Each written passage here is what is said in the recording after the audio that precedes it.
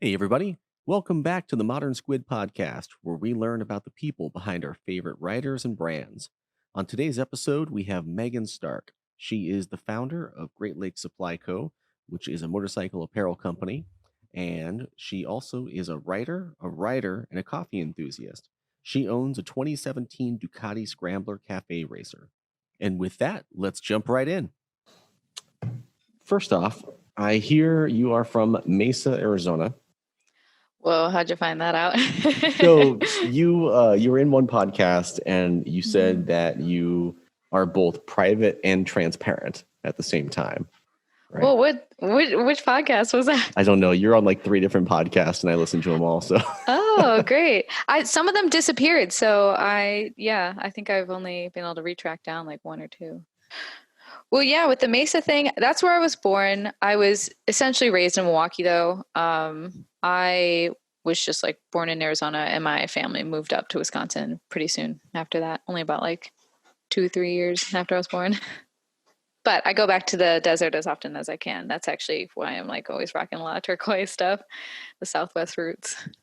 I mean, I bring it up because I'm based in Phoenix. Oh, cool. Actually, I'm out in Glendale. You probably know the area better than some people. Yeah. But yeah, so I'm in the West Valley. And when I heard rather in that interview you were from Mesa, I was like, oh, neat. So we got a bit of a connection here, I guess. Yeah. I love Arizona. I was just back in February and I did a little bit of riding out there. And yeah, that was really nice. I assume you rented a bike while you were out here?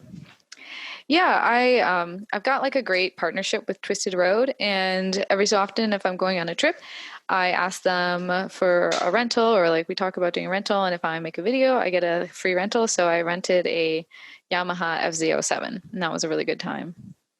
It's like very easy, and I just kind of did like a nice little day ride out into the mountains and back. It was actually pretty cold considering, but not half bad.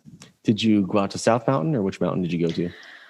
I went to the Superstition Mountains and I just got through to, did I go to Globe or I might have stopped in like Superior because it was kind of chilly and I got a late start that day. So I don't think I went I started in like Chandler and then went out to Superior and back. So it wasn't like crazy long. Yeah. Do you still have family out here in Arizona or do you just come out because you like it? Yeah, my parents have some kind of like some of their best friends are out there and they knew me since when I was a baby, and so I mostly have like friend connections out there and like my godfather and his mother, so it's kind of like extended. It's like my fake grandma or fake family. Not actually related. So it's not the uncle that you learned to ride dirt bikes with. No, I actually just saw him a couple weekends ago. He's out in rural Wisconsin. He's got 120 acres still. He's had that property for a long time. And yeah, that's how I got started. He used to race Hondas and he owns like, I don't remember what year the Ducati is that's in his garage right now, but he's got an old Ducati in his garage that I'm kind of trying to see if my dad can borrow, but he doesn't have his license yet. So is that the reason that you and your brother started out on, oh my gosh, you and your brother started out on Hondas?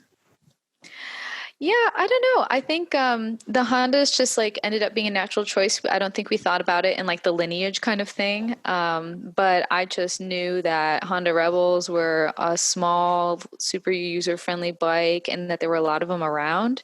Um, and my brother had started out on the CBR 400R, and I had borrowed that from him actually after I already owned the Rebel. And I know Hondas are just great bikes, it's pretty undisputable. And I liked the look of the Rebel. Like I don't totally love some of the other, I'm thinking like the Suzuki like cruisers. I haven't really liked the look of them. I guess I haven't looked at that many. I think I've seen some newer ones coming out that look pretty great. But yeah, I just lightweight, really forgiving. The Rebel's like belt driven. I'm pretty sure. I haven't used it in a long time. I like forget that stuff immediately. But yeah, just did a lot of cursory research and that's where I ended up. Okay. I mean, it just seemed like quite a coincidence that your uncle had Honda and Ducati and now you and your brother Honda and Ducati. Yeah, it is kind of a funny thing. And it's like, we do like look at other options and we just ended up with the same, it must be genetic. one of the running themes I can see in all of the social media stuff you have out there and available public, there's like this theme of local and small business. So did Harley ever enter into the equation really in your search, since they are a local company, or were you really just set on something a little bit more your style? In terms of picking a bike? Yeah, in terms of picking your next bike after the Honda. Yeah, I guess, and I've had my Ducati, just for a little bit of context, because I was like, other people are watching this conversation. I have a 2007 Ducati Scrambler Cafe Racer, and I bought that like first year they made it. I bought it before it got here, and it was actually this whole like long and involved odyssey getting the bike because they were all sold out in Milwaukee, and then I went to Chicago, and then like a week before I went to Chicago, the guy in Milwaukee's like, "Oh, one fell through. Do you want it?" I'm like, "Oh no, I already paid for the one in Chicago." So I ended up going to Chicago to buy it. But for getting the Ducati, well, debating on like which bike brand to go with, Harley. I guess one thing about bikes that I was more cautious about at that time than I am now, because now I've ridden a lot of different bikes and I know that I can handle more weight, but I was kind of dissuaded from Harley in the beginning because they barely have, I don't think they have any bikes that are less like 500 pounds. Might be kind of different now. I feel like, what is it? Oh no, I'm thinking that Indian bike, but they've got some other bikes now that I think might weigh a little bit less. And I didn't want to do like a street 500 or anything like that. That seems like really only a bike they use like teach people on. And I don't think I've ever seen them out in public, maybe once before. But when it came to Harley, there is like a strong culture and there's all this heritage, but I just didn't see the dollar amount lining up with the value of the bike, just personally. I've got a lot of friends who ride Harleys and they love them and they've had great experiences on them. But I just know that a lot of that is an expensive buy-in. Now, granted, I'm like, oh, I went with Ducati. Like, that's an expensive buy-in too.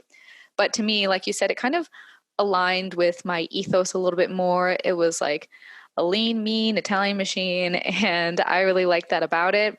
And I could foresee myself having a Harley, but that would be maybe for a different like riding time in my life. And especially in the past 3 years, I'm very much a city rider. So having that cafe racer is really is that the cats Oh yeah, meowing? oh yeah. Having that cafe racer really reflects that the primary riding I do. It makes a lot of sense for me. So I think, I have been getting into more longer distance riding. And when I do rent bikes, I often will grab a Harley, something with saddlebags already on it to make my life really easy. And they are very appealing for long distance. They're very comfortable. But I might even look into other options for that. I think I don't know. There's been a lot of buzz about like where Harley's going and if they've like shot themselves in the foot or not. And I do really support like Harley, but I don't know if I would support them with my dollars. Yeah, so my own perspective on that is I was just recently shopping for a bike because I just got into motorcycles. I learned to ride in November in Nicaragua. A buddy of mine taught me, and just kind of was hooked ever since. And stylistically, Not just this past November. yeah, this past Oh November. wow. Oh Oh yeah, my I'm gosh. brand spanking new. Yeah, jumped right into it. That's Oh, exciting. definitely. Yeah. I mean, I fell in love. I mean, I never wanted to ride a bike growing up. I always thought they were too dangerous, until I actually hopped on one. And then I was like, gosh, darn it. You're like, uh-oh. Yeah. There's So, no going back now. I've always thought Harleys were sort of the best looking bikes because, for the most part, street bikes and things with fairings tend to look like bugs to me to varying degrees. Yeah. Yeah, definitely. And I They look haven't, like little wasps and things. yeah, and I'm not a speed demon, so Yeah. most Me of the neither. appeal is that performance, right? Like everyone talks about the Mhm. 0 to 60 numbers and how well they corner and the inverted forks and all this Yeah. stuff. And for me, it's just a tool to kind of putz around on. And because I'm into photography, something that's going to be pretty to take pictures of. Absolutely. And so I ended up with the Iron 83, which I find to be a pretty light bike, but I'm in 200 pounds versus whatever you are. So it's going to be a different feel. Yeah, I've ridden, I love the Sportster 48. I test rode one of those and they're so low to the ground that it's very doable. You're in like a powerful squat. And I think that's something that like I've just, I mean, maybe not for my primary bike, but it's also one of those things where it's like, oh, I wouldn't add that on considering my lifestyle now. I'm like, just wouldn't be smart to have another bike.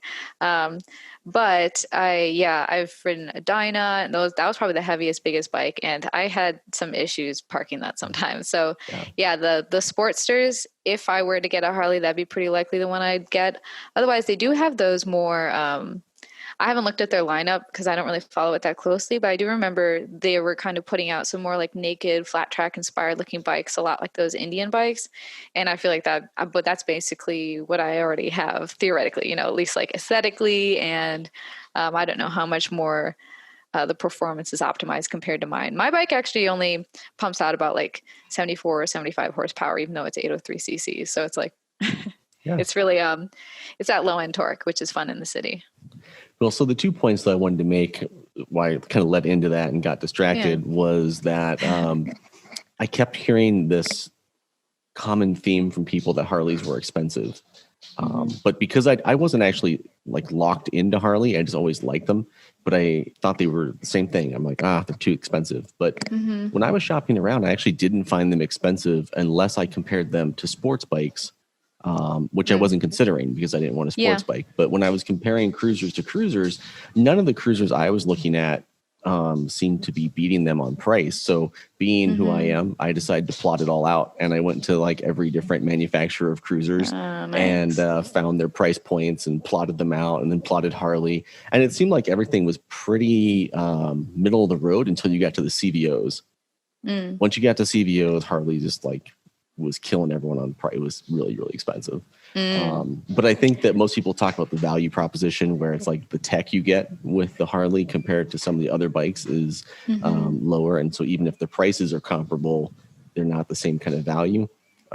Yeah, that makes sense. Or I feel like with Harleys, they're always trying to upsell you. It's like most people would be totally content with the 883, and I knew I would have. But I remember when I was talking to the House of Harley dealership, they're like, oh no, you need a 1200 bike. Like you're going to get bored of that real soon. Like they wanted to upgrade you to, oh gosh, what's the one, like a soft tail or something. I think they were always trying to upsell to the soft tail, and then all the little special finishes and this and that. But, there's so many amazing Sportsters that are, like gently used. So I think that's the cool thing about that market. And there's so much room for customization, and the Sportster culture is pretty fun. It's funny, like it was awesome.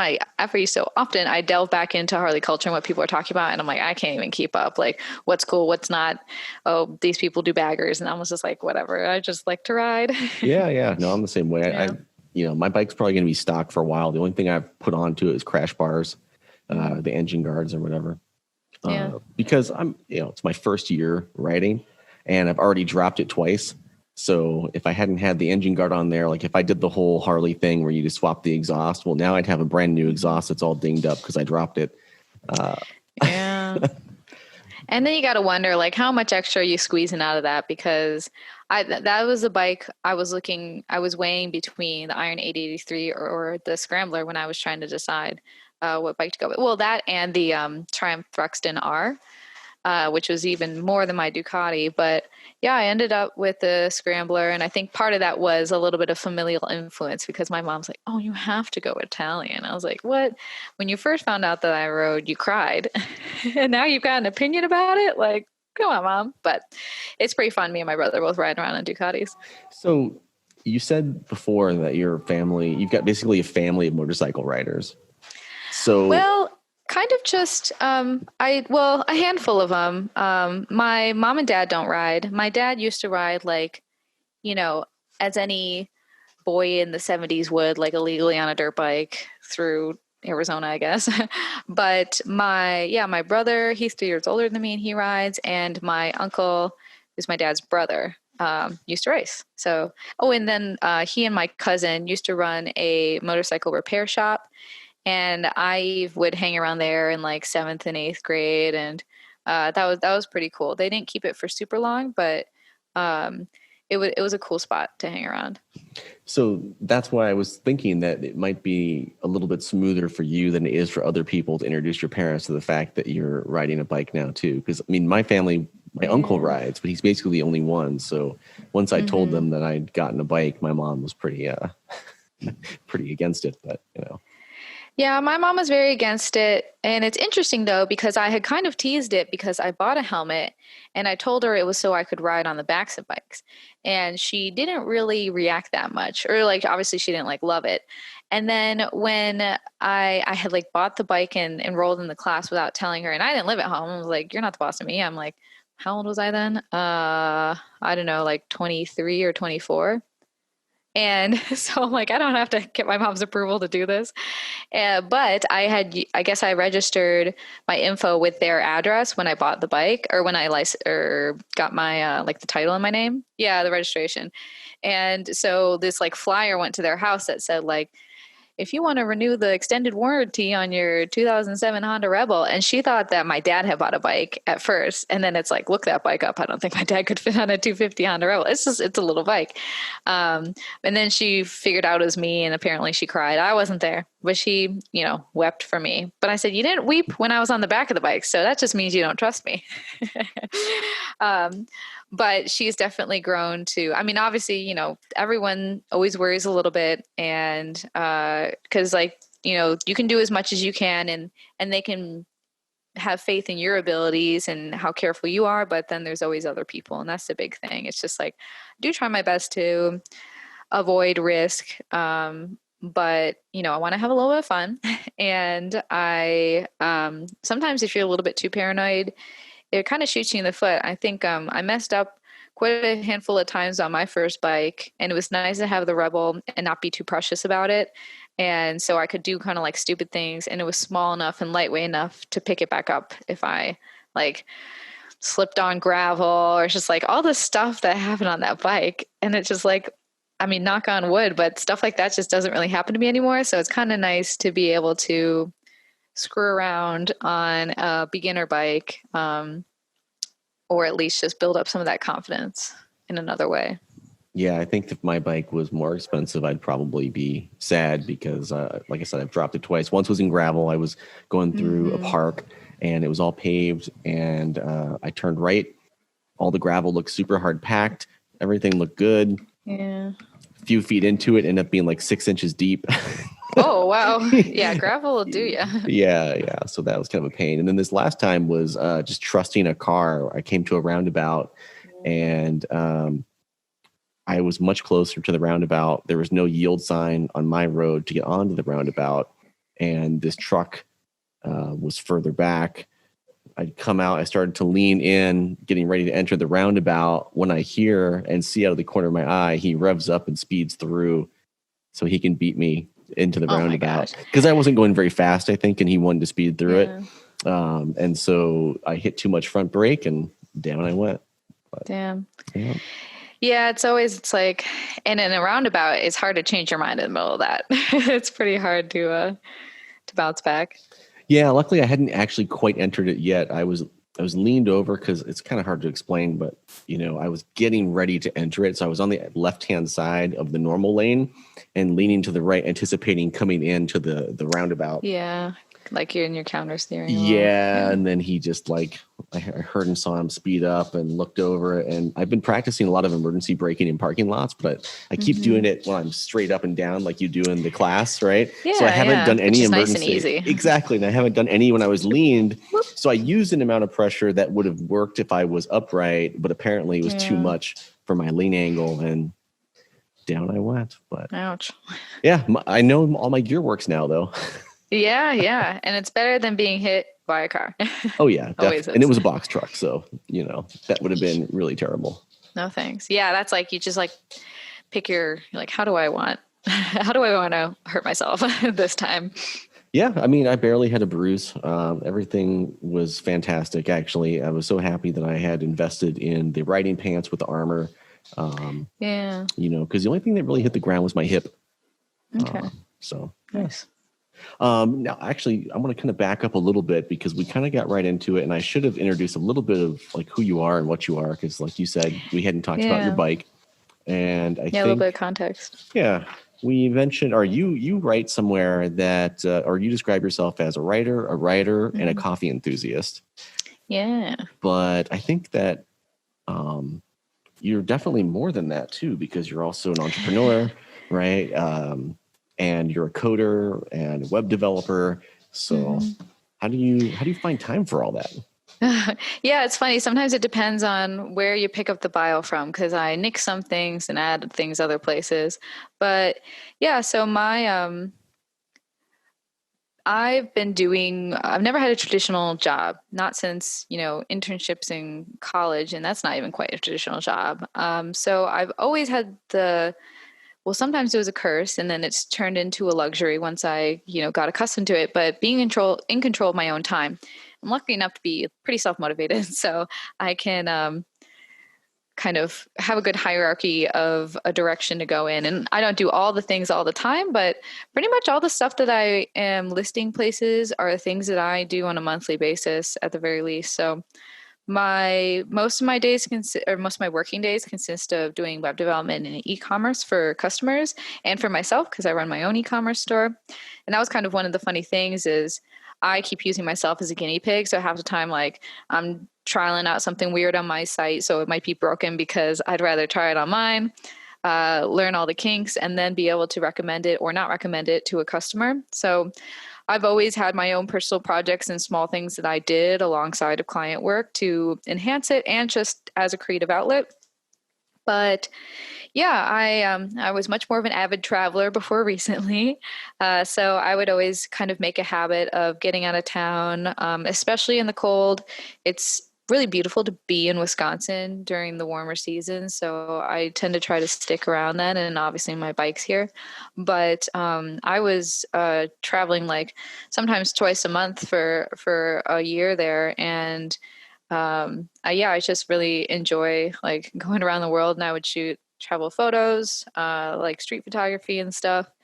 And in terms of writing, that whole I've that's actually probably the thing, like the common thread throughout my whole life, even before coding, because I did start that pretty young. But writing has always been the thing, and I've never really pushed it as a career. And partly because it's not super lucrative, and partly because I kind of like to hold it sacred in a way. Even though I've done like analytical writing and like literary analysis, and in a different world, I would have been either a radio DJ or a music journalist, like very almost famous. That was like the dream.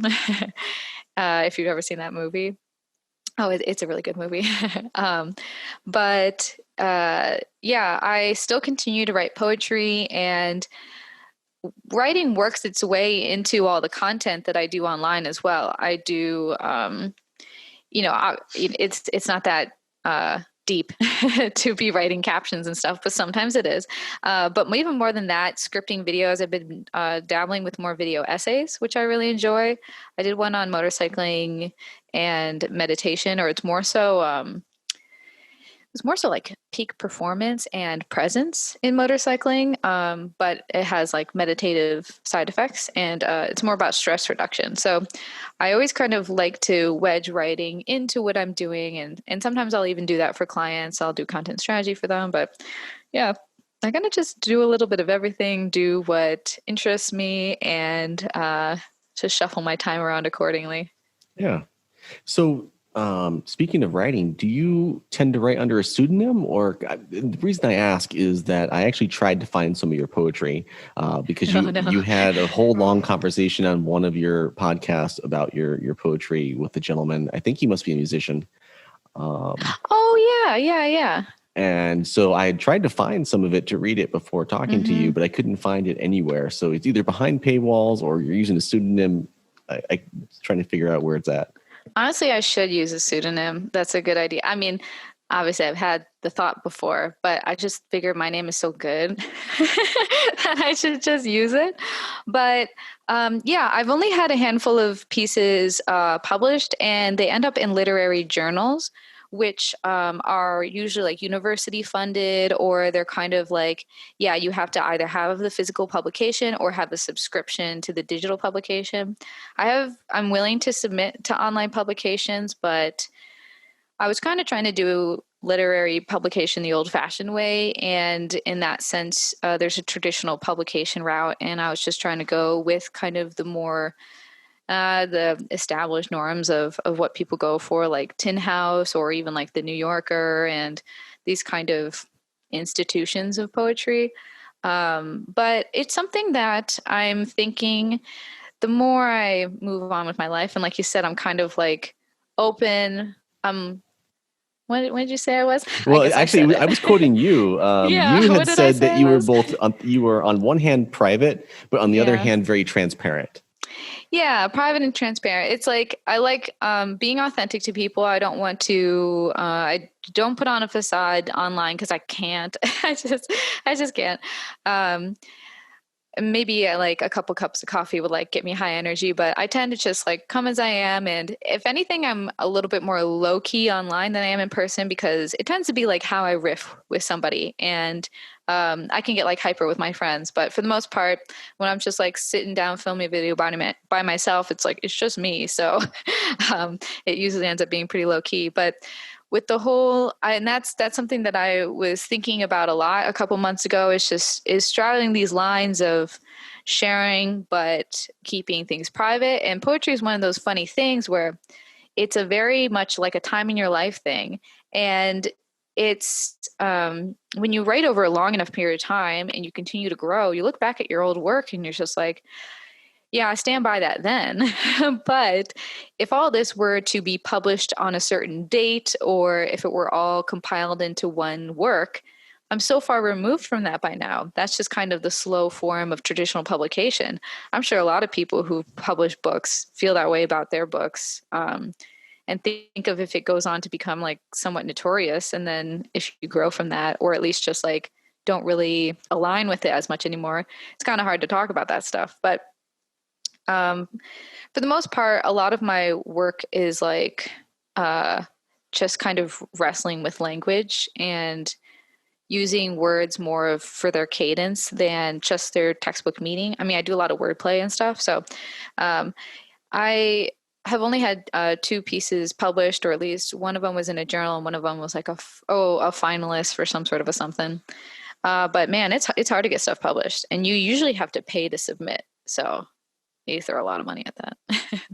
So long story short, it might be something that, yes, either I start doing it under a pseudonym because it's such a stark contrast from everything else that I do online.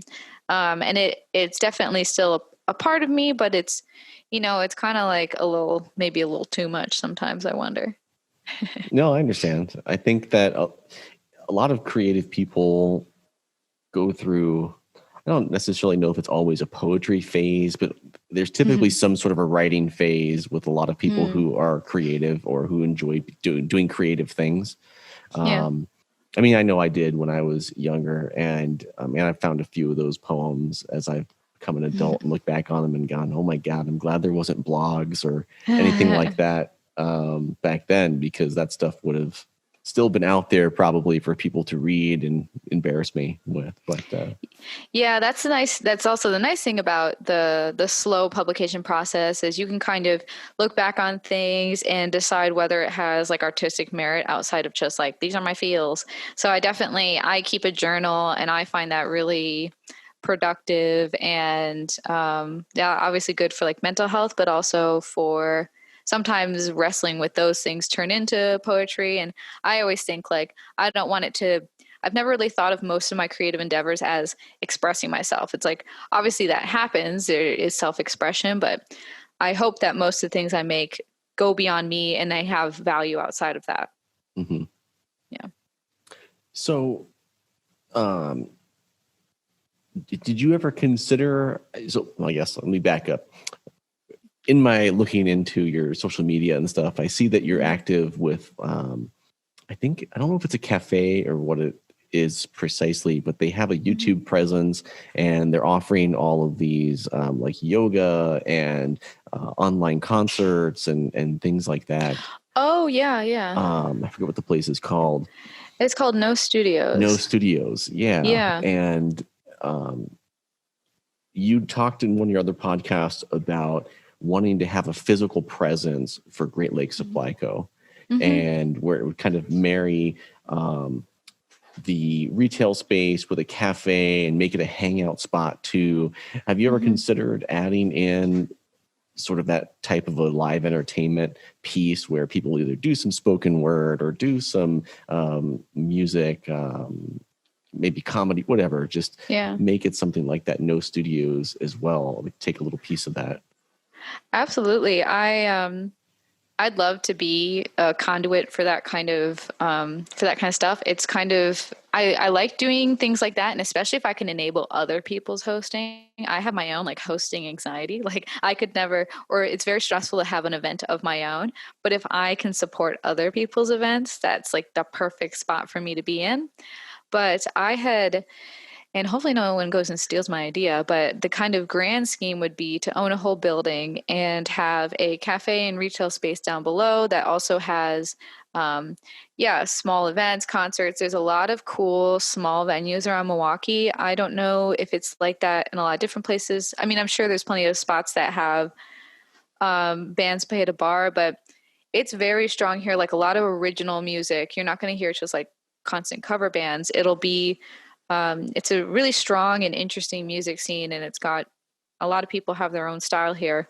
And there's quite a few pretty cool venues. Some of them are breweries, some of them are just kind of fun little dive bars. And with no studios, it's a co-working space and performance space. They have like a theater in there. They're very like upscale. It's like a pretty refined, it's a lot like Soho House. I've never been to one, but that's kind of the comparison. It's a Soho House of Milwaukee in a way.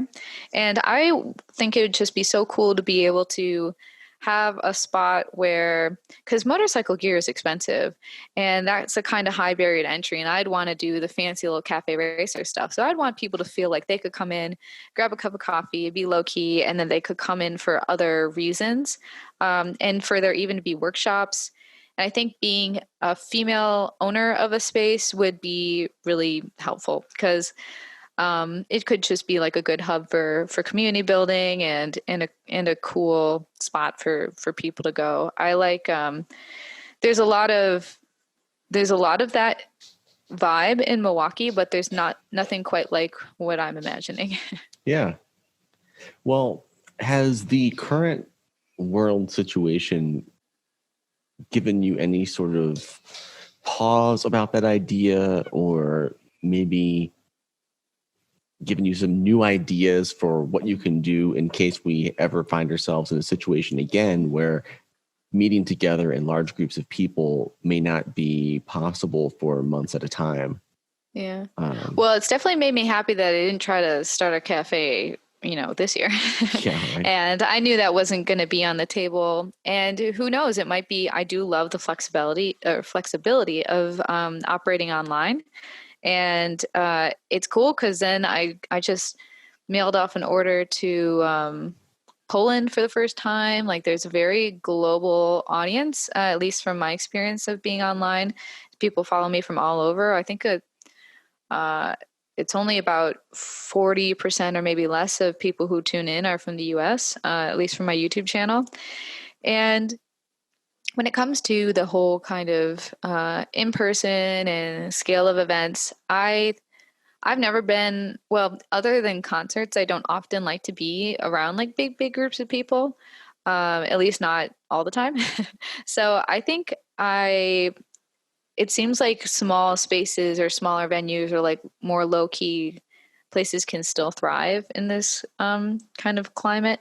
Because even I've been dropping in on thrift stores and stuff, and people do things by appointment, and they just kind of meter the number of people who are in.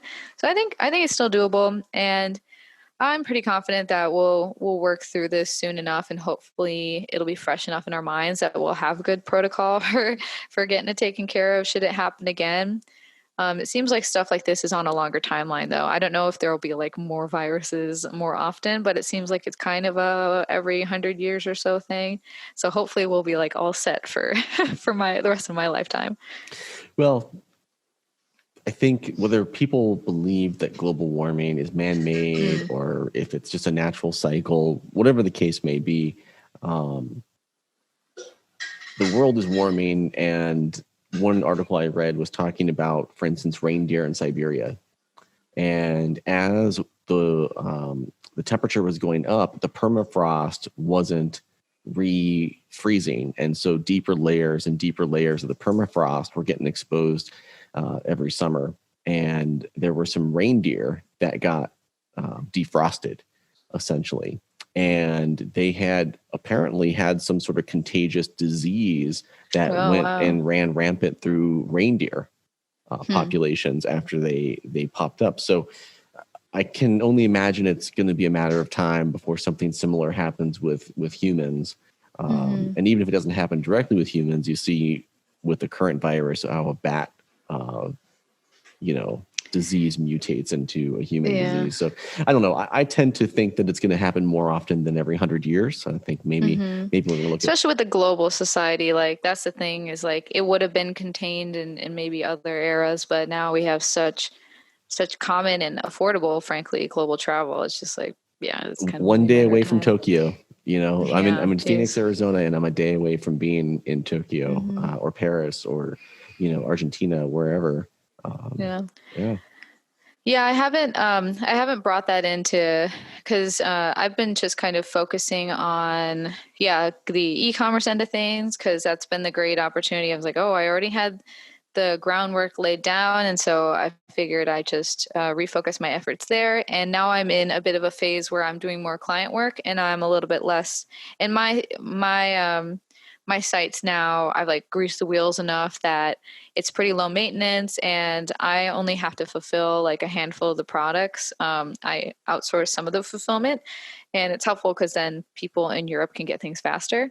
But then it's also great that when I'm fulfilling things, I like to write people little notes and stuff, and it's helpful to straddle a couple of different methods for that e-commerce. And now that that's all set, it's not too much maintenance to keep that going while I continue on other projects because I think I do enjoy running Great Lakes Supply Co., but I never sat there and thought like, oh, I would love to do this full time because I do really like variety and I crave variety. It was just kind of one more cog in my, or one more like feather in my hat of ways for me to have a little bit of passive income or multiple income streams. That was the biggest motivator was me wanting to have financial freedom and to get out of student loan debt. And so I did like tons and tons and tons of research on that way back when. And honestly, like that's why Great Lakes Supply Co. is why the YouTube channel's here. I suppose the only thing I was doing before Great Lakes Supply Co. with Feeling Online was a handful of self-portraits. But I never really felt that Instagram was all that lucrative, and it's a slow growth on there. So that's more value added. It's more like creativity or to chat with people. It's more of like a direct line to talk to people. I think that's what Instagram's really great for. Yeah. Connections. I've met so many great people through Instagram, and if I hadn't been doing that, then they wouldn't have found me. I wouldn't have found them. No, you're totally right. And I mean, the reason I wanted to ask you specifically about the current situation and what you might have been considering or not was because I feel like you've got a really good grasp on making money online. And if anyone was going to figure out a way to kind of marry a physical presence with the flexibility to continue on in a time when you can't really meet in a specific place all the time consistently. Yeah. I feel like it's going to be someone from like your generation or from with your skill set that already is kind of entrenched in that digital age. And then you're moving towards the brick and mortar versus someone who's been entrenched in brick and mortar and they're trying to develop out towards the web, if that makes sense. Yeah. I think Well, and I always thought it'd be super fun to have like a drive-up window on a cafe and to have I was talking about the whole concept of owning a whole building and then having like the upstairs be an Airbnb. So kind of making things a whole curated experience. So people don't just come in to hang around. They come in because they know the person behind the bar is going to give them great intel on where to hang out, is going to be able to foster like a relationship with people. There's a cafe in town on this kind of cool bohemian street called Brady Street, and they are renowned for like having really consistent baristas that have tons of personality, and people just love coming by. And the coffee's good, but the connection is even better. So I would love to kind of foster that in the motorcycle community because it is very strong in Milwaukee, and it's relatively small. It's not hard to. Oh no! Oh, am I dying? Is something dying? Battery low. Oh no. Okay. Well, hopefully we'll still, maybe we can like crop that out.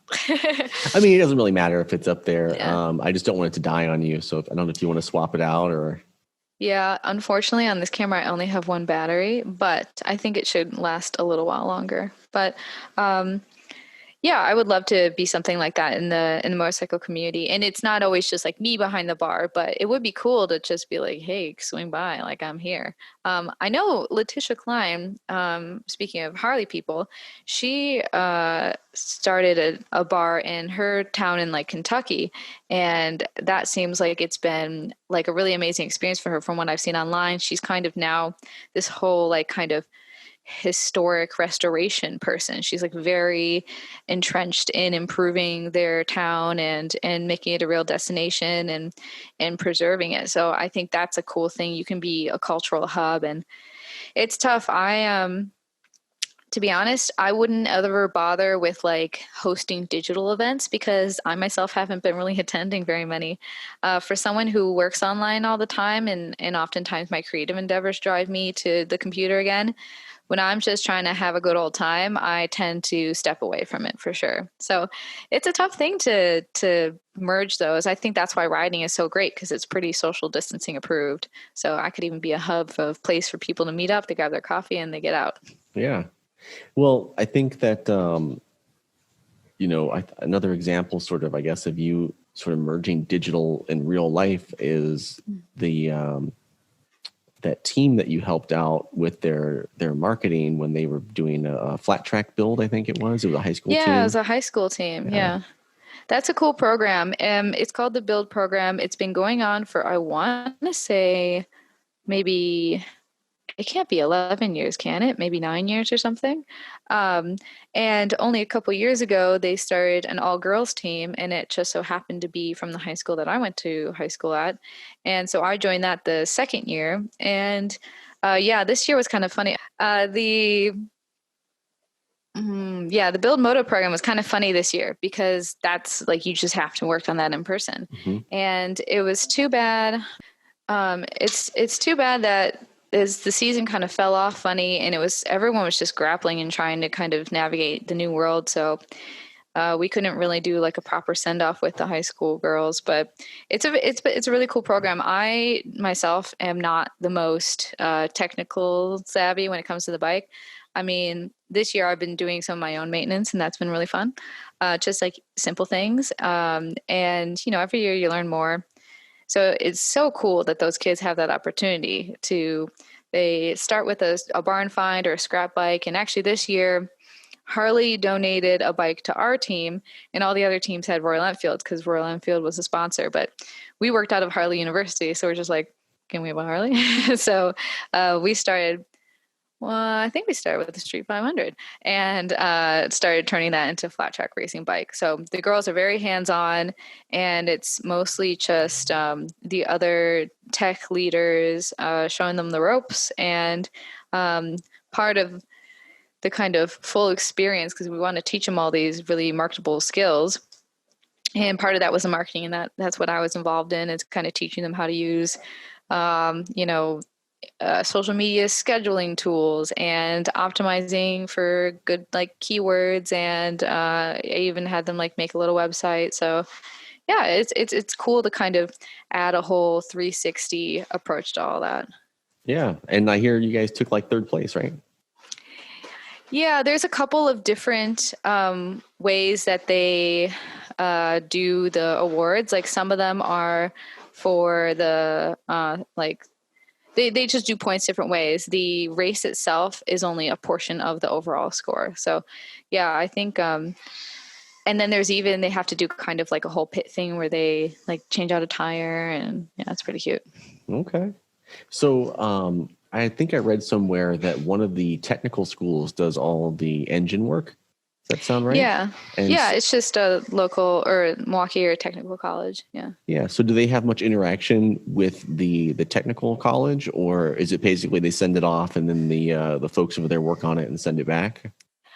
They will just send back the engine, but there's often times when we need to like fabricate a part or do other miscellaneous things, and then we get to go and kind of do a field trip and make something at the tech school. So we did that at the technical college, and gosh, what the heck did we make? We made just this like little washer thing that had to go on.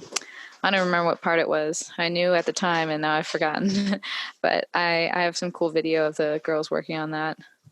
Well, and you say you're not that technical. I mean, not that mechanical, but it's Yeah, funny because mechanical. one of your, I guess your most viral video was basically somewhat mechanical. I guess. Well, maybe it's cosmetic when you're It's swapping out cosmetic. numbers, right? Yeah, yeah. Yeah, the And number panels, it's all like just a little puzzle. Nothing was performance optimization or performance enhancements. okay, you know, personally, I think the number plates are kind of ugly myself in general. That's one of the reasons I think the Harley flat track one has the same thing. I think it's either, I don't know if it's blank or if it has the same number on it, but either way, it takes up a substantial amount of real estate on the side of the bike that to me isn't that appealing. But if they're not making it for me, right? They're making it for people who want a flat track. Yeah, and it's kind of a funny, kitschy concept because at least with the cafe racer, it's like those things are on the street. I don't think I've ever seen someone flat track race a cafe racer. And if you are willing to mod your bike to flat track race, you probably are not worried about whether or not it already has a number panel. But yeah, the cafe racer mod, it comes stock with those 54 panels, and it's actually beyond just those numbers on the side. It's a whole interrelated little thing, and a lot of people didn't know how to approach that or how to do it. So I think, I mean, even so, that it's funny that that video went viral because it's not super relevant to a broad audience at all. Like, it's not really. Sometimes things just happen that way, and just a lot of people tune in. And sometimes I'll do things on purpose that I know will probably. Well, but the things that you do on purpose that you have a feeling will go over well tend to go well in terms of like getting accruing, a decent amount of views and high watch time.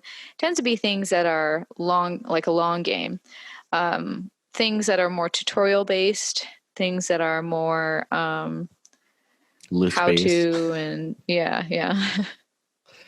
I'm sorry, I've been talking for so long, my brain's falling out. Oh no, it's all right. I know I tend to go along with these things because, like I said, I deep dive so much into people as much as I can, and I'm sort of naturally nosy, but I also believe in minding your own business. So I love these interviews because it's like an opportunity to be nosy while also minding my business, because it's like the person agreed ahead of time to be interviewed, so they're kind of expecting you to, ask them things.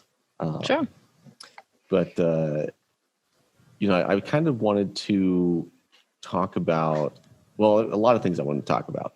One of the things I want to talk about was you were talking about the interaction that you have with the general public online and how a lot of it is really good and that's a lot of community building, but then you also have the other side of it where it's like just some dude popping in to say, hey, I'm going to take you out for coffee, 30 times in a row.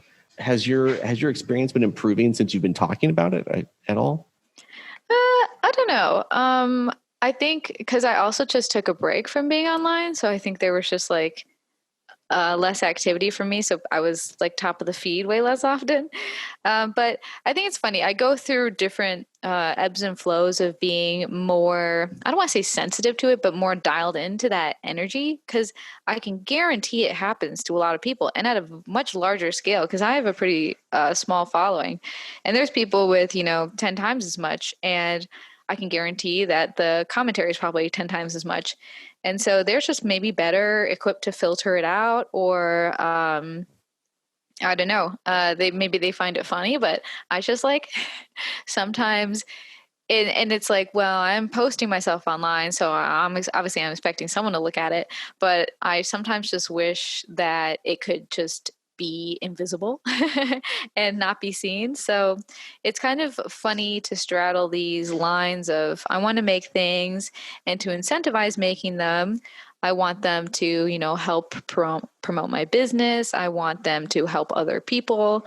But then at the same time, you have to grapple with like how much energy do you want coming your way, and depending on your headspace, you're more or less equipped to do that. So I definitely feel like that stuff is like not bothering me now lately. I just had kind of a mindset shift, but also I have, been posting a little bit less, but there's always, I don't know. I guess you just kind of like train yourself into navigating it and dealing with it. And I think also around that time that I basically made this video about just like being a female content creator and grappling with privacy versus sharing and being vulnerable with people but not going too far for your own sake. And I think also just like the pandemic era has made in-person interactions so like high stakes and strained too. And so I'm so unaccustomed to talking to people that I think sometimes it can be a bit much just like walking down the block and like people hollering at you and stuff. And the bike gets a lot of attention. So I don't know what my point of all this is, but yeah, it's just a thing that you work through and deal with. And most of the time it's not that deep, and if people do a bit too much, you can always just block them, but I don't really do that often. Yeah, I just, people have different approaches to it. And I was curious what yours had been lately. Because you obviously were thinking about it as when you made the video talking about sort of, being a woman content creator and stuff. And I've seen some people take the approach of, a lot of these people making these inappropriate comments or these mean comments just need attention or whatever. And sometimes they'll kind of come back at them genuinely and say, hey, you hurt my feelings. And then Oh yeah. also be kind to them and say, I'm sure that things are going on in your life too. And, I can understand that. And it ends up turning into a positive experience at the end of the day. And then some people see it like a skill, right? You're going to be online. There's all kinds of different people. And as long as you put forth the effort to kind of like practice not caring so much, I guess, because it's inevitable. Some people are able to develop that skill. And I just didn't know if you had a specific approach you were using or not. Yeah, I try to take things at face value and like respond like matter of factly. I've never really been too like hot to fight people on the internet. Mostly, well, because I just don't care. But also, because even if it's a super specific, like personal attack, um, I just like don't engage. But the thing is, sometimes if you leave it up, other people will respond to it, so it can kind of get a little bit messy. But I can tell if people are just trolling or just trying to like get a reaction. Um, for the most part. But I'll try to like if people are using real words and sentences, I'll try to like engage in the conversation. And the oftentimes it's just like regular constructive criticism. So that's just a regular conversation. Sometimes people just say it a little bit harsh, and you're just like, oh, you don't have to say it like that. But I haven't been the brunt of too much criticism lately, but I think I've just been kind of like tuning out, just like making the thing, putting it up, checking on like the first few comments. I'm not like super controversial. But I've been roasted on things before. I actually deleted a video or I privated it because I made this video mostly because the terminology I used confused people. I didn't think about how globally it might be used differently than colloquially. I was using like scooter and moped interchangeably, and people got pretty butthurt about that. And in the Midwest, a lot of people use them interchangeably, but most people globally consider moped like a motorized like bicycle and a scooter like a Vespa or a scooter. And I use them interchangeably, so that was some confusion. And then people just thought that I had and it's so funny because I'm like, I do travel a lot of places and I've seen a lot of bikes a lot of places. And I had for a minute there, I was trying to get out of the country like once a year or so. And they just said I had such an American perspective on motorcycles versus mopeds and how, not everyone, it's not feasible for everyone to have a motorcycle. But I just always figured the whole kind of thesis of the video was you're assuming a similar amount of risk. You're still vulnerable to the same kind of accidents with cars. And then I was saying how, at least in motorcycle culture, people are very rigorous about the gear. It's like funny that someone will be screaming by on their moped in flip flops and a t shirt. and no one's concerned about them. But if you are on your motorcycle in a tank top, everyone's is gonna freaking call your mom. I usually I'm pretty good about the gear, and especially, well, obviously the helmet, but it's just interesting the differences between like moped and motorcycle culture. And that was what the video was about. And I got kind of roasted, but I probably could have just left it up and maybe it would have been like a great little viral moment or something from people hating on it.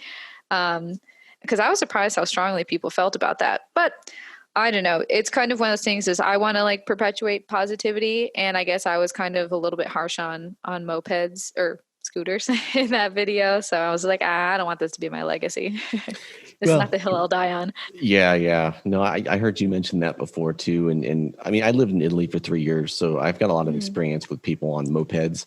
Yeah. And, at least where I was living for that period of time, it was primarily like high school kids, had Yeah, young mopeds. people. And it was sort of because of partially because like tiered licensing systems and all these different things, but also it's like when you were in high school, you were one of the cool kids if you had a moped, Oh, cute. because a lot of kids ride just regular Yeah. bikes. So I think maybe there's some nostalgia too tied up in the whole moped versus scooter thing. Yeah. But as far as your safety talk, that's interesting because I think this is only top of mind because the Arizona safety statistics just came out. Oh, interesting. And I was kind of looking over those. And one of the main factors in motorcycle deaths and injuries was speed. And the reality is a moped doesn't go very fast. Yeah. That's so true. there is Very some true. reduced risk, I suppose, And that's more of how you decide to ride. exactly. For sure. Just like alcohol, the number 2 one I think is alcohol, right? Yeah, or it's being like, what? impaired with pot or whatever else it is. And if you're going to go riding impaired, How many pot accidents are there? I have no idea because they don't really distinguish. I mean, that's one of the bad. I think probably people mix, and that's probably more the recipe. I don't know. I'm just theorizing. I don't know. They put even medications, I think, lumped in there. So Oh yeah, I bet. It's tough. I get weird on like Advil or Sudafed sometimes. Not Advil, but like you get a little Dayquil, and I can get a little loopy on Dayquil. So Yeah. or you're just tired. Sleep deprivation is a pretty big issue too with people riding or nighttime visibility. My contacts sometimes. If I'm wearing my contacts for too long, and if I'm not wearing a helmet that has a nice not suction, but it's nice and enclosed. There's not too much like wind flow on my eyes. And then, cause that can like mess with your vision and there's a lot of things that can go wrong. Oh my gosh. My dog is hacking over here and I don't know if everyone can hear it, but a little bit. Anyway, I was curious too, how long your riding season was in Wisconsin. Cause I thought I'd heard that your only form of transportation really was the motorcycle. Yeah, that's the primary way I get around, but I'm also lucky enough, and I understand that like not everyone can live this lifestyle. But not only do I like set my own hours, I can theoretically work from anywhere. Where I do office is only like a mile from where I live. So if it really came down to it, I've got the bus, I could walk if I had to, or I could stay home if it's just bitter cold. Because there have been times when it's dangerous to be outside. And so I have just chosen to stay home because it's just too crazy to be out there. But the riding season kind of just depends on how hard you are because sometimes there can be pretty big swaths of time when there's no snow or salt on the ground and you can ride and it's 40 degrees Fahrenheit outside and you just have to really bundle up like you mean it. And I would not go on the freeway in those temperatures, but I've definitely kicked around town. And actually my first moto vlog, it was freezing temperatures. I think it was like at least 32 degrees or maybe cooler than that with the wind chill and everything. How big of an issue is ice out there when you're riding? Ice is pretty serious, especially because like depending on the time of day, there can be, the sunny spots are totally fine. And then the spots there in the shade are completely iced over. It can be a whole different, I've seen before the sun is melting the snow all around like the shadows. And then there'll be little like snow patterns from the trees. If the temperature drops like really quick or it's such a big difference in between. But yeah, I try not to go out if there's ice on the streets. but I do know people who have. Yeah. Well, I used to live in Illinois, and Ew. No, just kidding. oh no, but Illinois was one of those interesting places that I was happy to have had the experience, but I'm also equally happy to have not stayed. Yeah, you're like, that was a chapter. Yeah. Just like I did corn detasseling one year for work, and it was absolutely miserable. And I'm happy that I did it, but I will never do it again. But anyway, walking to school out there was the same sort of deal, except they don't really salt the sidewalks as thoroughly as they salt the roads. So it would be one of those situations where you're walking, you're in the sun, sidewalk seems fine, and then you get to like one of those areas you cross the street, and it's got the handicap ramp thing, and it would be completely iced over. Incredible. Yeah, and end up dying. Luckily, you have backpacks, crack your head open. Yeah, it's too easy. I went to school at UW-Madison, and Madison was windy. There'd be frost inside the doors when you go in a building. It was insane sometimes going to class, and it would really have to be a situation for them to cancel classes. It would usually be like best case scenario, a half day cancellation because you get frostbite after 20 minutes of being outside. I'm like, well, that's how long some people have to walk to get to class. So that's on you guys. So I know that you'd said you'd done Irish dance.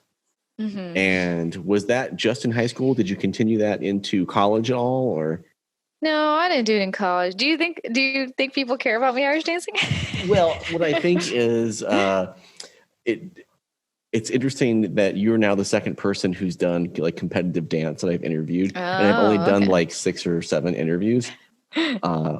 So I was just, you talked about it on one of your other interviews, and you mentioned that I think that along with motorcycling, people were kind of pushing you not to do anymore or something. And oh yeah, well, Irish dance I pretty much stopped when I graduated high school, just because my soul was never in it. It was fun for sure, and I'm just not that competitive a person, and especially with athletics, I definitely excel more intellectually and in other things.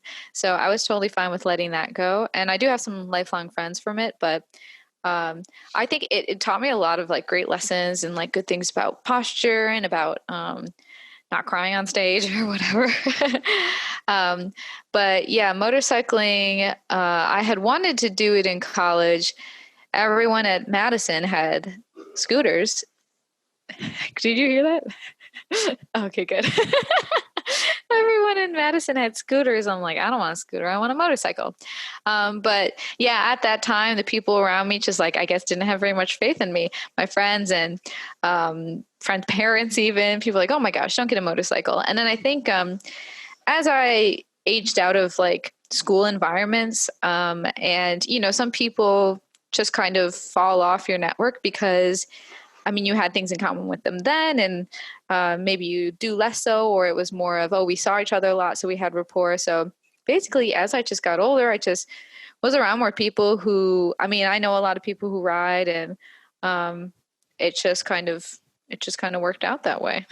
Yeah. So what I wanted to kind of lead to was, at what point do you think that you had that switch where, the people trying to influence you not to do something that you may have liked or wanted to do again, where you made that turn where you were just like, you know what, I want to do this. I'm going to do it regardless. That's actually kind of interesting because that like plays into a big passion of mine, which is like personal development and just kind of always just always like curating your network, curating your values, just being aligned basically.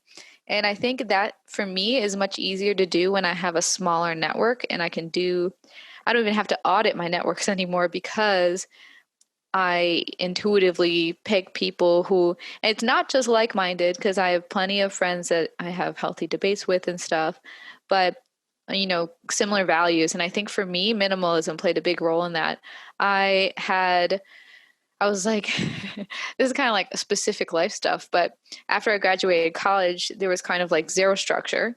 And I was freelancing, but I just had all this weird kind of just like grappling with I'm in charge of all my time. Before I was in charge of a pretty decent chunk of my time and I was doing a little bit of freelance projects in college, but everything was formed around the existing architecture of classes and exams and other work schedules and just stuff like that. And then all of a sudden I had all my time to myself, and it was just kind of one of those weird things where it's like when you're relaxing, you feel anxious about not working. And when you're working, you feel like you're not doing something right or that you're forgetting something. And when you're out with your friends, you want to be home. And when you're home, you want to be out with your friends.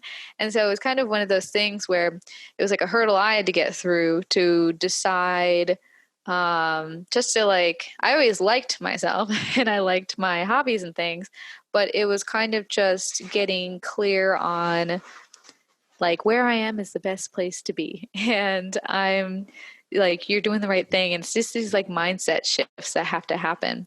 So I kind of had like a dark night of the soul in like winter. It always happens in winter 2016, when I was like house sitting for my grandma. So I was like, she's in Arizona. I'm house sitting at her house. I'm living in a grandma's house by myself. I had no car.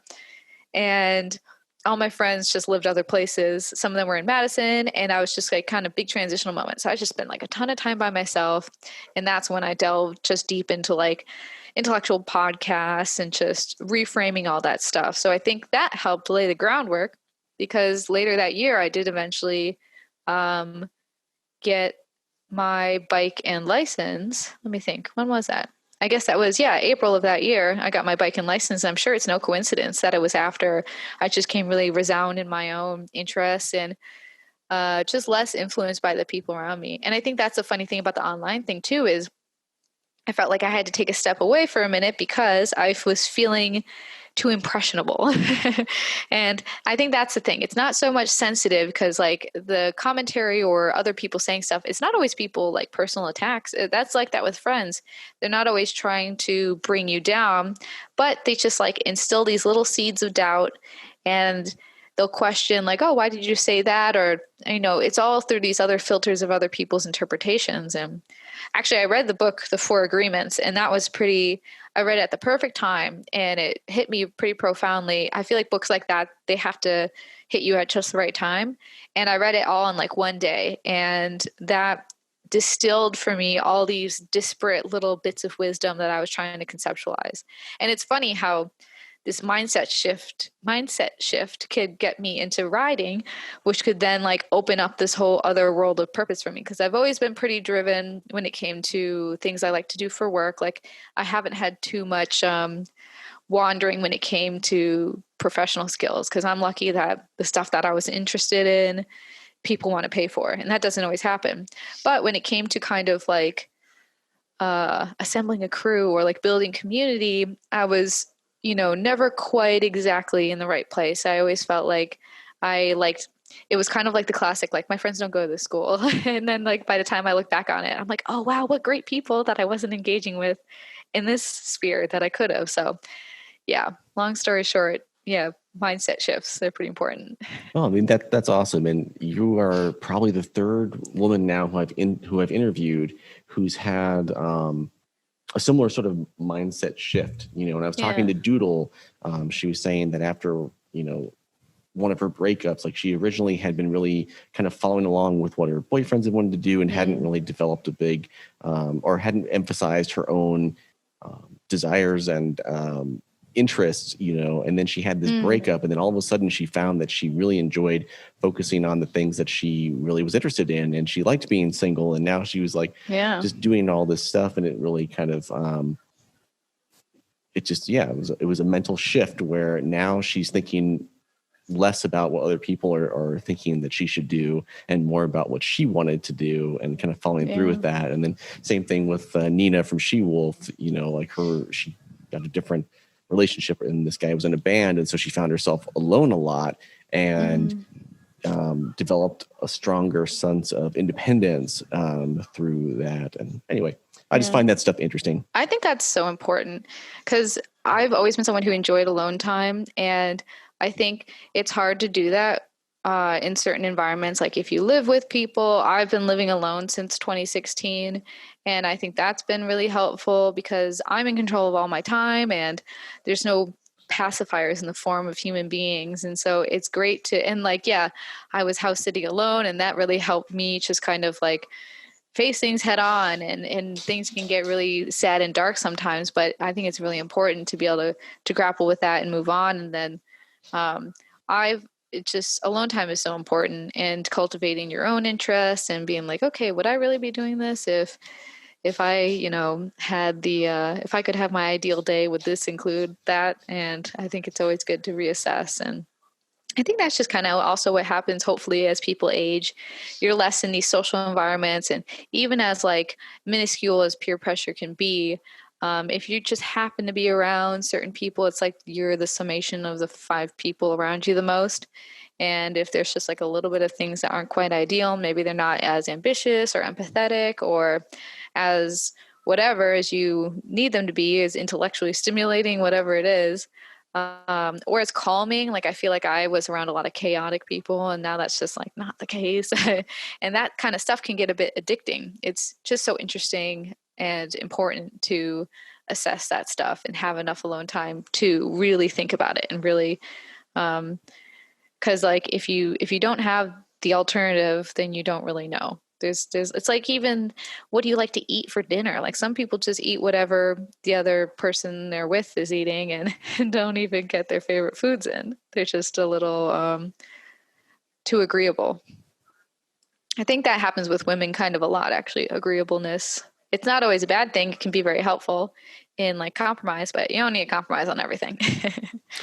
Well, yeah, I think people see it as compromising on small things, and so it's not that big of a deal. But even small things, I think, add up. If you look back on your life, and it's all these tiny compromises, at some point, well, now a lot of your day has been compromised, right? And then if you look back at your life and you magnify those days throughout the week, it's like, oh my gosh, I've been compromising so much. And even though it seems little, and it's not over time. That's why journaling is so important. There's so much stuff that I look back on and I was like, wow, I was really kidding myself then. Or it's good if you are feeling a little bit like you can't trust, not that you can't trust your reality, but that you're filtering it through some kind of, you're like trying to mislead yourself. And sometimes I think people who compromise a lot will do that. And yeah, that's why it's so important to just like reflect, see where you're at. And because that kind of stuff breeds resentment. And a lot of people don't know how to navigate that. Like, if you're always compromising with a family member or something, like if I were like, oh, my mom's going to cry, so I'm not going to ride a motorcycle, that would have been such a huge compromise. And I was confident enough that I wouldn't be like disowned for it, and that she would warm up to it, and that she was like emotionally mature enough to work through it. And I'm lucky with that with both my parents. I have great relationships with them because they're just, they're just great people. And I think that's the hard thing, is I think a lot of people maybe do too much compromising and agreeableness because they're not confident that the other person can like handle it. But you'd be surprised if this is a sign someone needs. This is your sign. Yeah. Give the person a chance to react. Because I think a lot of people try to like control others' reactions. It's like that with online stuff. I'm like, oh, well, I'm not going to say this because I'm trying to like control their perspective. And to some extent, that's important. That's part of branding. But to another extent, it's just like, how much do you need to censor? Like I had some F-bombs in my most recent video, and I was like, oh, I could censor these or just like clip out that part. But I don't know. That's just how it happened. So I just let things unfold. And if someone is too sensitive for that, then maybe they're not my people. So it's kind of nice, these little ways to weed people out. Yeah, I mean, it's all about finding your tribe, as I've heard it described before. Yeah, definitely. It's not, you don't want to find everyone, you won't be able to please everyone. So you want to build the people around you who, appreciate you for you, and you don't have to pretend too much because it gets tiring. And if you're going to do this in the long term, you want it to be sustainable. Yeah, absolutely. You want it to be sustainable and something you're proud of, and all that, and a good reflection of your values. So I'm like yawning and talking at the same time. I know, it's a couple hours later there, so. Yeah, it's not that late though. Is it not? It's 8:23. Okay. But I haven't had dinner, so I'm very sleepy. Well, I'll try not to keep you too much longer then. I got a couple more direct questions, I guess. Rapid fire. A lot of people. I try to make them like interrogation style, which is why I try to make it more of a conversation and try to lead into questions I have versus just directly asking them, because I think it gets kind of, ask, answer, and it's just, I don't know, not appealing to me. Anyway, but do you think that big brands have a place in trying to encourage more women to ride? And if so, what do you think that they could do better than they are now? Well, it's interesting. Something that I got kind of hype about and butthurt that they didn't ask me. No, but I've seen high fashion brands and jewelry brands introducing the concept of female motorcyclists more often. I saw like a Cartier ad, and it was a woman on a Triumph, right, like wearing the bracelet, and it's this nail. It looks like a nail that you hammer. It's just wrapped around the wrist. And I'm like, that's perfect. Or it should have been like a wrench or something. But they are notorious for this like nail bracelet. And I'm like, yeah, that's great. And it kind of just plants the seed. I even remember in Ocean's 8, Kate Blanchett was riding a Triumph Thruxton or Bonneville or something like that. I think it was the Thruxton. But just these little things just to kind of give people the idea, because it's really not that far-fetched, and I see women doing that all the time.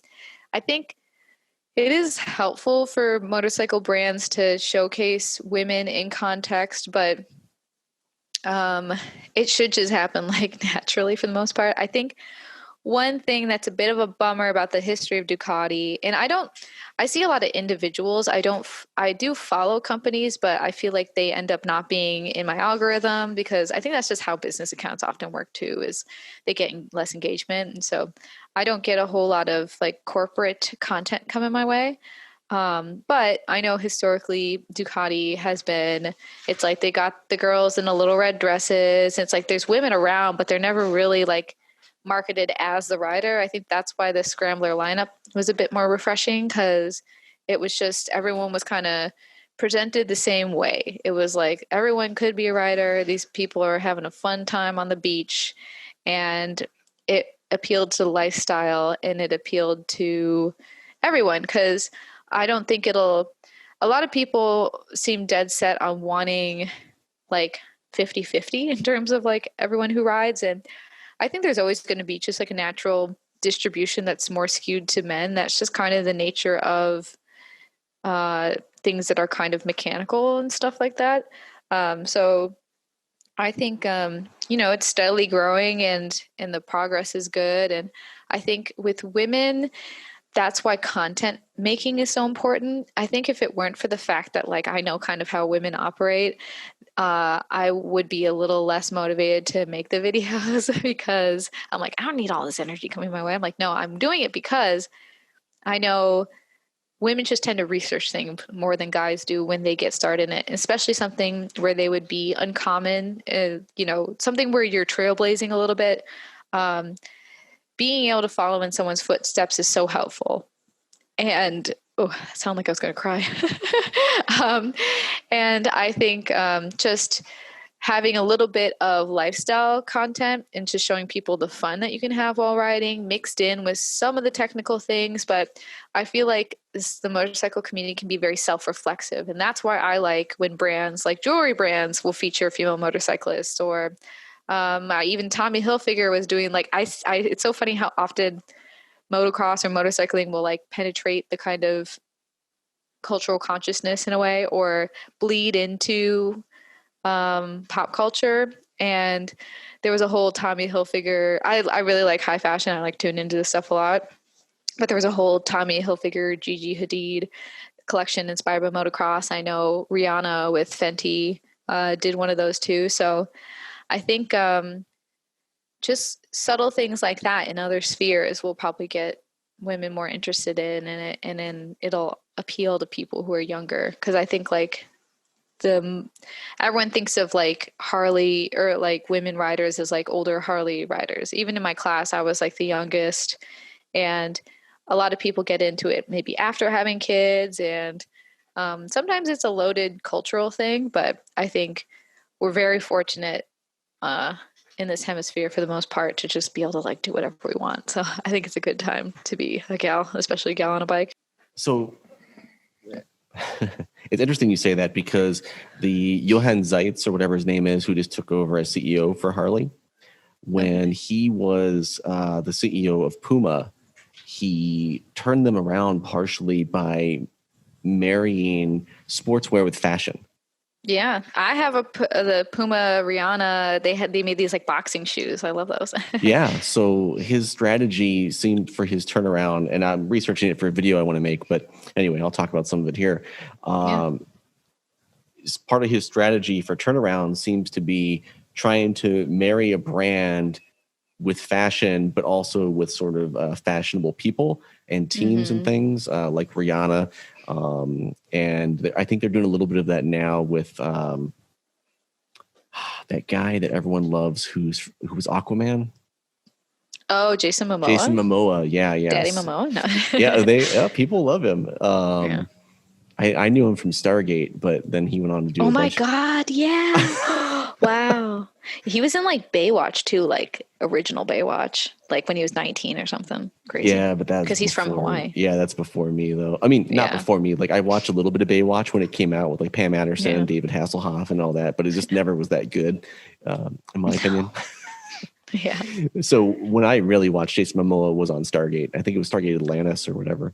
Yeah. Anyway, he's now one of their representatives, so I can see the breadcrumbs lining up where he's following a similar structure with Harley. So I'm not going to be surprised if we start seeing. They've been teaming up with Jason Momoa again with Harley. Yeah. No, that's what I'm saying. Like Harley is the teaming. So I see the breadcrumbs of the previous plan with Puma starting to kind of come into fruition with Harley, because he had the 2 phases with Puma. They just talked about the phase 1 with the rewire, and they're going to launch phase 2, the hardwire, in 2021. Anyway, I think you're going to start seeing Harley show up in those places too.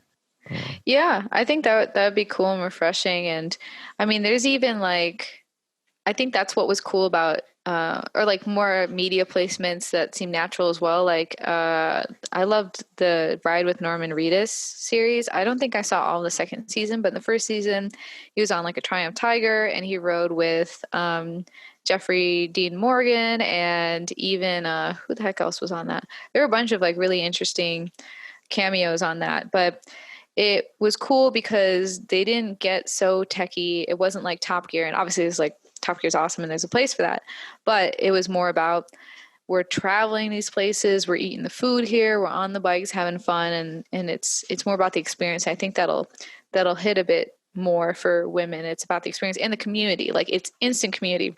That wasn't what initially drew me to it, but that's been a great side effect. And it's cool because it's one of the easiest ways to make friends as an adult. And because it's a seasonal thing in Wisconsin, you can kind of like hibernate on your friends. And as an introvert, I need to be able to like disappear and come back and know that like I don't have to like start from zero with making new friends. It's like you can just hit people up that you haven't talked to in months, and it's just normal and cool, and you just link up on the bikes, and it's like nothing changed. So I think that's pretty refreshing to be able to do. And bikes can do that for people. And women riders are always receptive to linking up with other women riders. Obviously, it's like, stranger danger. You want to be safe about it, but there's some pretty solid camaraderie. I actually went to Austin, and I got linked up with the Litas in Austin, and I rode with this big group ride with a bunch of people. So it's great that and most of it's through Instagram networking people. I think that's like the beautiful meld of social media enabling community, and you can maintain it online and link up with people that you've never even met before just because you follow them on Instagram. What was your experience like trying to find gear that was both safe and appealing for you? Yeah, I basically have bought most things from kind of more independent or smaller brands. I was lucky enough that we have this big event called Mama Try Motorcycle Show, and a lot of vendors come to that. So those are great opportunities to try a bunch of different gear out. And my first riding jacket or leather riding jacket that I really loved was by Atwild, and I still have it. I just have to give it some TLC with the leather because it's all kind of a bit like sunburned or sun faded. So I have to treat it a bit. But I just think they've had great design, and with smaller online retailers, they give you a very personal experience and they give you all the dimensions and they're pretty flexible, but it's limited. I have kind of a traditional style. I like that cafe racer style, and so lucky for me, there's a lot out there. But if someone's kind of if someone likes girlier things, it's harder to find that stuff. But Chic Riot is filling that hole, I think, or the void of just getting a little bit fun and creative with it and colorful and experimental. So I think that's really cool of them. Yeah, they were the first ones I saw online because I like fashion too. I mean, I like to do photography and I pretty much photograph people a lot.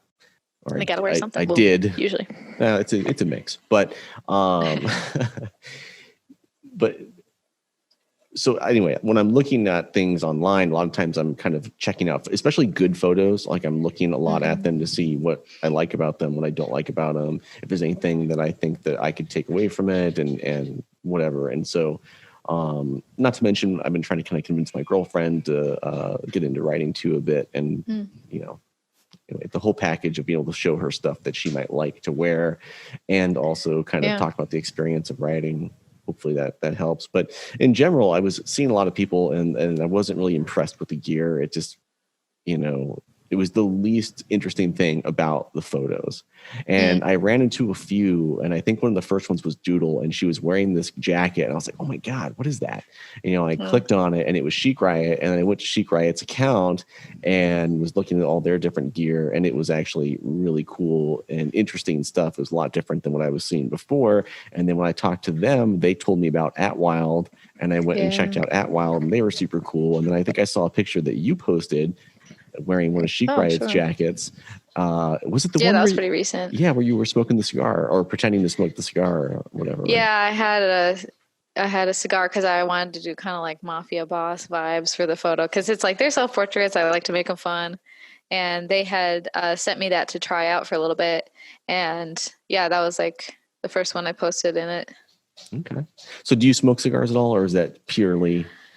I mean, I have, but I definitely don't make a habit of it. I have asthma, so. Oh, well. I don't think that whole cigar I did not smoke. I gave it away, but I've had like little cigarillos from Cuba, because one that large would probably murder me. I don't want a cigar that big ever. Yeah. I mean, I ask because I'm a big cigar person. I enjoy cigars. Cool. One of the reasons I went to Nicaragua was that I have friends that live down there, but they're also in the cigar industry. Oh, cool. And one of Nicaragua's big exports is cigars. So anyway, I went down there to hang out with cigars. So when I saw your photo, I was like, oh, that's cool. And then you were like, yeah, it's Photoshopped smoke. It's not.